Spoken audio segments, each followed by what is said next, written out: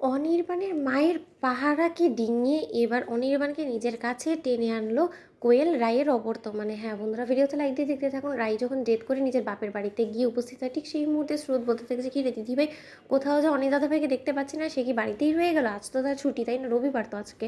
তখন এই কথা বলা মাত্র রাই বলতে থাকে যে হ্যাঁ, সে কোয়েলের খেয়াল রাখার জন্য সে বাড়িতেই রয়ে গেল। তখন নীলু বলতে থাকে যে বাবা, অনিক দাদা ভাইয়ের হঠাৎ করে কোয়েলের প্রতি ভালোবাসা উপচে উপচে পড়ছে, দেখিস দিদি ভাই, আবার তোর জায়গাটা না কোয়েল নিয়ে নেয় অনির্বাণ দাদা ভাইয়ের জীবনে। তখন রাই বলতে থাকে যে নীলু, তুই আমাকে নিয়ে একদম ভাবিস না, তুই বরঞ্চ নিজে চরকায় তেল দে। অন্যদিকে অনির্বাণের মা কোয়েলের উদ্দেশ্য টের পাওয়া মাত্রই বলতে থাকে যে কোয়েল, তুমি কি মনে করেছো যে আজকে রায়ের অবর্তমানে তুমি আমার ছেলেকে মিথ্যে বদনাম দিয়ে তোমার কাছে টেনে আনবে, আর সেটা মা হিসেবে আমি সহ্য করবো? কোনো মতেই না। আমার নজর এড়িয়ে কোনো মতেই যাতে অনির্বাণ তোমার রুম অবধি না পৌঁছতে পারে, এবার সে ব্যবস্থাই আমি করবো। অন্যদিকে কোয়েল বলতে থাকে যে বুড়িটা যতই চেষ্টা করুক না কেন, কোনো মতেই তার ছেলেকে আমার কাছ থেকে দূরে রাখতে পারবে না।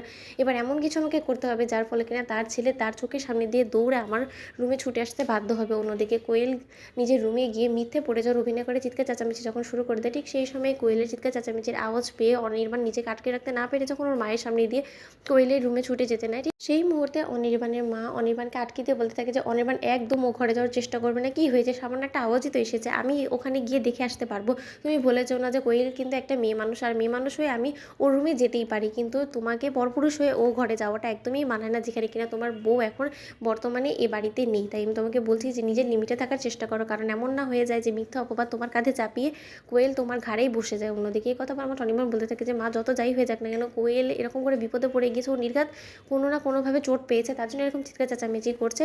এখন যদি ওর এই বিপদে আমি ছুটে না যাই তাহলে কে যাবে বলো তো?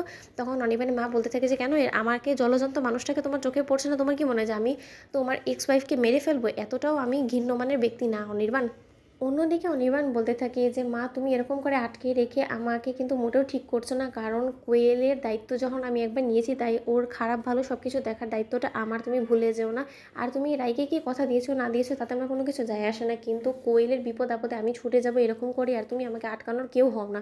তখন অনির্বাণের মা যখন দেখতে পায় যে অনির্বাণ কোনো রকম কোনো কথা না শুনে কোয়েলের কাছে ছুটে গিয়েছে, ঠিক সেই সময় কোয়েল বলতে থাকে মিথ্যে কান্না কাঁদনিকে যে অনির্বাণ প্লিজ, তুমি আমাকে ছুঁয়ো না, তুমি আমাকে ছুলে হয়তো বা তোমার মায়ের মোটেও এই জিনিসটা ভালো বলে মনে হবে না, তোমার মা আবারও রায়ের কান ভাঙানোর জন্য কেমন কিছু করবে যার ফলে কিনা আমি রায়ের চোখে আরও ছোট হয়ে যাবো। তখন অনির্বাণ বলতে থাকে যে কেউ যদি আমার এবং তোমার সম্পর্ক দিকে জ্বলে পুড়ে ছারখার হয়ে যায় বা আমাদের সম্পর্কটাকে একসেপ্ট করতে না পারে, তাহলে আমি বলবো যে সে যাতে আমার জীবন থেকে চিরতরে দূরে হয়ে যায়, কারণ আর যাই হোক না কেন আমি এতটা অমানবিক হতে পারবো না। আর মা, তোমাকে একটা কথা বলে দিচ্ছি, তোমার আবার কবে থেকে রায়ের প্রতি এতটা দরদ উতলে পড়লো?